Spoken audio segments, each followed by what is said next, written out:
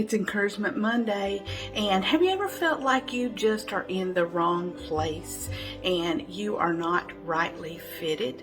Well, we're going to talk about that today. In Judges, there's a king, he's called Abimelech, and I'm going to tell you some things that he did. Now, Abimelech was not a very good person. And what he did was he was a conniver. So he wanted to be king, but he didn't want to ask God to be king. So what he did was he connived with his mother and got with her brothers so that they would insert him as king. So he got what he wanted, and after he got it, he killed all his brethren, 70 men on one stone. This is the type of man he was. And he caused Israel to go out of sync with God and following God. And they got out of their place of where they needed to be. And the Bible even says that they went around whoring with other gods as a result of what Abimelech had done. And so it says that God allowed him to reign for 3 years. And then I want to read to you something, because this is kind of we need to understand this, because I have this spiral bound Bible. Just so you know, this thing is great. It's called the Spiral Bible, and it has places where you can put notes on the side and really do some extensive study. It's amazing. And it says that in Judges 9:22 through 38. Well, I'm not going to read all that, but 22. It says, when Abimelech had reigned 3 years over Israel, then God sent an evil spirit between Abimelech and the men that he was ruling over in Shechem. And they decided that they were going to take care of him and that he was not going to be safe. And so then there was this story that was told about these trees. Now God, it said, did you hear that? It says God sent a spirit of evil between these men. Now one, Abimelech was not called to be the king. That was not his place. He should not have been there. God did not call him to work behind the scenes to get power. It was not his place, but he made it happen. He used other people. At another time, it even says he hired weak and vain men to be around him just so they wouldn't tell him the truth. Sometimes that's the big problem we have. We are afraid of truth. We're afraid to go to someone and say, you know what, I'm struggling here. Can you help me find what truth is so that I can move forward and I won't be stuck here? It is very important that we seek out truth, especially when we know that the truth is going to cause us to have to shift, because we have gone whoring. We all know what that word means. We have gone whoring after other things, places we should not be. Our culture is full of this right now. We are not asking God what we need to be. We are not looking at what our talents are. We use this method. Sorry, I have to keep looking now. But we use this method called the Dilemma Book Method. And this is a brochure that you can get at our offices, or you can send me a message and I'll get you one, or you can come by and just pick one up out of offices. They're available right there in the lobby. Just walk in if it's open and get one. Or you can go online for free and look up the Dilemma Book Method, Beautifully Broken Counseling, and it will give you a PowerPoint. You can learn how to chase God's heart so that you're not whoring around after other gods. And I know that's a terrible word, but that's exactly the way the Bible puts it. And that's what we do when we try to connive and get what we want. And a lot of people do this in relationships. You know, they want one person, but they don't ask God what he wants. And then when they get it, then that is not the place they're rightly suited for. In this story, it talks about when it's talking about trees. And I want to read this to you. Let's see where it is. I gotta go here. There was an olive tree first. Okay, now this is in Judges 9. Okay, just so you want to know. And it says in Judges, in verse 8, the trees went forth. It's telling a story. And, you know, in the Bible, when there was a story told, an analogy, there's truth in there. There's things that you can glean from it. That's why the Bible is really helpful for you to try to learn some things about life. And try to use it first before you go and do your own way, because when we do it our own way and go whoring after other gods, we get in a mess.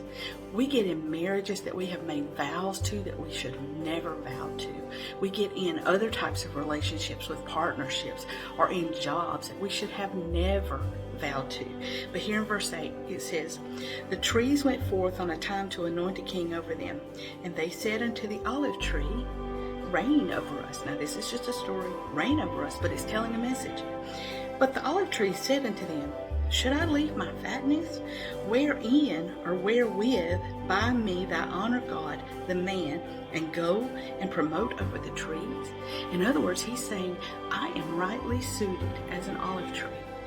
I have lots of good fat, olive fat on me, and I am doing what God designed me to do. Why would I give up my calling because you think I need to go over there and reign? Like reigning was bigger than what he was. They were discounting the calling upon this tree. And then another one, they went to a fig tree and they said, come and reign over us. But the fig tree said, should I forsake my sweetness and good fruit and go and promote over trees? Why would I give up the fact that I have this luscious fruit, this sweetness that God designed me for? Why would I give that up to go over there and do something else that I'm not suited for? They knew their place. They knew what they were called to do. This is what is missing a lot in us today. We don't realize what we're called to do. The first thing we're called to do is to love God with our whole heart, soul, mind, and strength. And when we get that straight, then everything else falls in line. And when things fall out of line, we go back to that love position of loving God with our whole mind, body, strength, and everything. And he gives us instruction about what's next. And then they went to the vine. Now that would be a grapevine, okay? Went to the vine, come thou and reign over us. And the vine said unto them, should I leave my wine, which cheereth God and man, and go and be promoted over trees?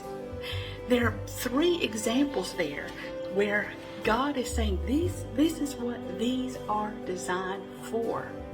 If you want to know what God has designed you for, first you have to go to him. You have to sit under the secret place and you have to say, God, what is it you have designed me for?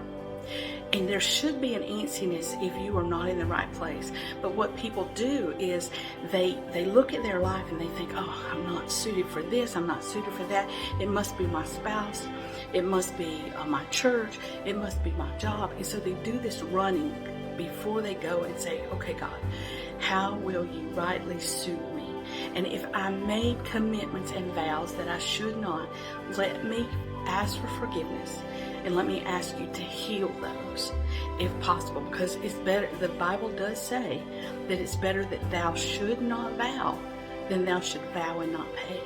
Now, if you're in an abusive marriage where someone keeps cheating on you over and over, or whether you can't be faithful, I'll give you that one, because that happens sometimes too, where you're the one that just cannot be faithful. You choose not to be faithful.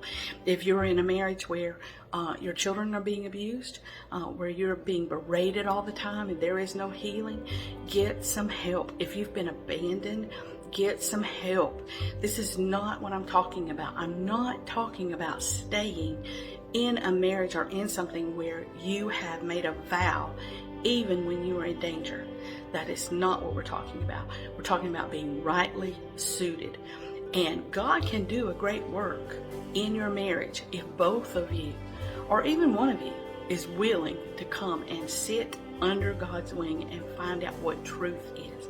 Truth is an amazing thing. It cuts going in and it cuts going out, but it really is great surgery. It is not fun, but it is great. And so what I did when I was looking for where I was rightly suited, I was always in corporate America, doing accounting and bookkeeping and things like that. And I was suited because I was sociable, but I was never settled. I was always looking for something else. So I began to ask God, what is it? What am I suited for? And the whole time he had been developing me into a counselor. And then when it came time to surrender to what he had suited me for, I could have gone over here and done this, or tried to be a supervisor here, a supervisor there. But what I was rightly suited for was to be an encourager. And that's the way I needed to go. So when I found that niche and I found what I needed to do, then there was a great settling in my heart. I didn't want to go over here and go over there or anything. I knew who I was. I knew what I was called to do. And I stepped into it and let God make it work, because that is really what it's about. It's not about me. It's about Him. It's about what He wants. So I'm just going to tell you today, encourage you today. One, don't go whoring around with other gods. They have nothing for you. They are not really gods. And I am so sorry if there has been deception. But the only God is the King of Kings and the Lord of Lords, and His name is Yeshua. He is the only one. And He's the only one that has the answer for you. Now, if you come in for counseling and you disagree with that, I'm not going to push that down your throat. I'm going to love you well, I'm going to care for you well, and I'm going to listen to where your heart is. But I am also going to tell you the truth. And if you like the truth, then you can stay. If you don't like the truth, then you'll have to find something that's better suited.